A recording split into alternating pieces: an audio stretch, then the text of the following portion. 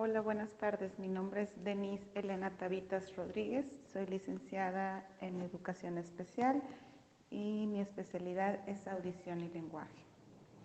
¿Qué es lo que me motivó para estudiar mi especialización? Bueno, desde muy pequeña he vivido en casa la discapacidad. Tengo un papá con secuela de poliomielitis y tengo un hermano menor con discapacidad auditiva severa, es sordo profundo.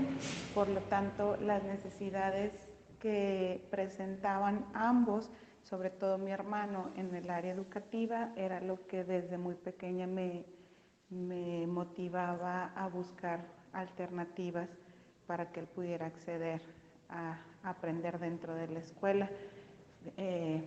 Obviamente pues a una edad muy pequeña pues no sabía muy bien para dónde estaba la orientación y fue conforme fui creciendo y después de la preparatoria que empecé a conocer un poquito más de la oferta académica referente a la educación especial y me decidí a estudiar eso. Pues lo más sencillo de mi trabajo definitivamente son los niños, es el trabajar con ellos todos los días, es el trato, pues es la reciprocidad ante el trabajo, la motivación, las ganas de salir adelante, independientemente cuál sea la discapacidad con la que me enfrente yo o con la que ellos puedan estar en su día a día. Lo más sencillo es hacer como la empatía o hacer el enlace emocional con ellos. Yo creo que es lo más sencillo y lo más gratificante. Pues las experiencias que más me han marcado dentro de mi experiencia laboral o de mi vocación han sido muchísimas. Tengo la bendición de poder vivir en el área de discapacidad y en el área de la educación especial, no solamente en el área profesional, sino en la vida diaria y pues podría contar un sinfín de anécdotas. Yo creo que la que más se repite es cuando como familia dejo un poquito de lado la parte profesional y como familia puedo recibir un gracias a mi labor, pero al mismo tiempo yo poder darles un gracias también a la familia por la oportunidad de formar parte de los avances de sus hijos. Eso sería para mí pues como el resumen de las experiencias más gratificantes. Ver a los chicos también en edad adulta, ver a los niños que tuve de pequeñitos en las etapas de adolescencia, pues también es ver que se están realizando, ver que se están continuando sus estudios académicos, ver que ganaron competencias, que tienen una vida funcional y autónoma. Yo creo que es parte de. Porque es importante conocer los procesos cognitivos y mentales en el ser humano, porque finalmente esos son los que nos hacen ser funcionales.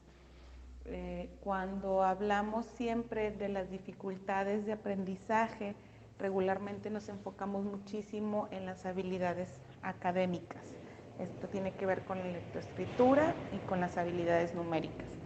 Y no caemos, sobre todo en el área de la docencia, sobre todo en el área de la educación básica, no caemos en cuenta que hay una serie de procesos que tienen que ser cimientos o bases para desarrollar las habilidades académicas. Si bien los conocen, la mayoría de los docentes no son conscientes de ellos, por lo tanto no los trabajan a profundidad. Y yo creo que es ahí donde no se da el brinco hacia una educación o hacia una evolución educativa exitosa. ¿De qué forma se relacionan los procesos cognitivos con el aprendizaje? Bueno, pues como mencionaba anteriormente, son los cimientos para poder adquirir un aprendizaje significativo y permanente. ¿Cuáles son las principales dificultades cognitivas y problemas de aprendizaje que existen? Regularmente, en mi caso varían, pero regularmente tienen que ver con el área de pues los procesos cognitivos o las funciones ejecutivas que tienen que ver con la memoria de trabajo, ¿sí? Que tienen que ver mucho con la atención, con la concentración, con el periodo atentivo. todas ellas son las que afectan y repercuten en la lectoescritura y en las habilidades numéricas. No quisiera como enfocar mucho, porque regularmente cuando llegan los papás con nosotros, sobre todo en la terapia privada, llegan para 3 problemáticas como muy repetitivas. Los problemas del lenguaje, no saber leer y escribir, y no tener las habilidades numéricas suficientes para desarrollar operaciones básicas formales. Cuando se evalúa a los chicos, nos damos cuenta pues que obviamente todos los procesos de los que estamos hablando no están desarrollados. Y, por ejemplo, en el área del lenguaje tiene que ver con la deglución, tiene que ver con el soplo, tiene que ver con la respiración. En los procesos de aprendizaje, pues como ya lo dije anteriormente, tiene que ver con la capacidad de atención, con el periodo de atención, el tiempo de atención, con la memoria de trabajo. Entonces, todo eso nos damos cuenta hasta que se llega a la evaluación. En mi caso, trato nunca de entrar de lleno a una terapia o una estrategia de intervención hasta no haber evaluado bien uno a uno los procesos cognitivos del niño. ¿Cómo evaluaría los problemas de atención, percepción, lenguaje y memoria?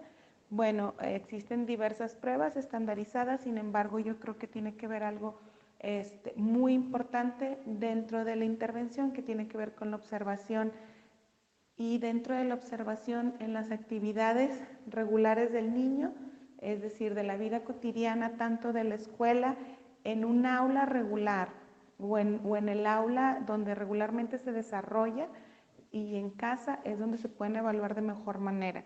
Las pruebas estandarizadas, sobre todo en el área de discapacidad, tienden a arrojarnos falsos positivos o falsos negativos, es decir, los resultados nunca son confiables.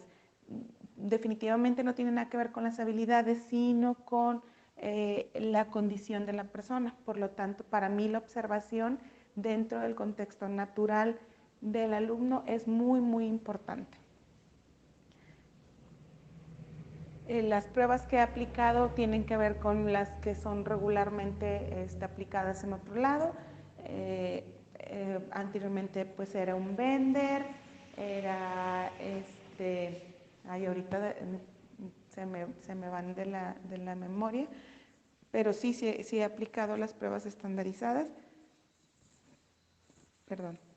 Sí, en un momento las enuncio o las escribo, porque ahorita se me borraron, pero regular, y tiene mucho que ver también, bueno, mi enfoque tiene que ver con un cuestionario de inventario de habilidades que anteriormente fue desarrollado por la doctora Margarita Ramos, y con eso me ayudó bastantito con la evaluación. Sin embargo, insisto, en mi área, sobre todo en el área de discapacidad auditiva e intelectual, que tiene que ver con el síndrome de Down, que es donde yo más tengo experiencia, trato de, además de aplicar las pruebas, sobre todo hacer en el área del lenguaje la prueba María Elena Moreno, pero tengo muchísimo que ver con la observación, con la entrevista a los padres y con la entrevista a maestros y familia.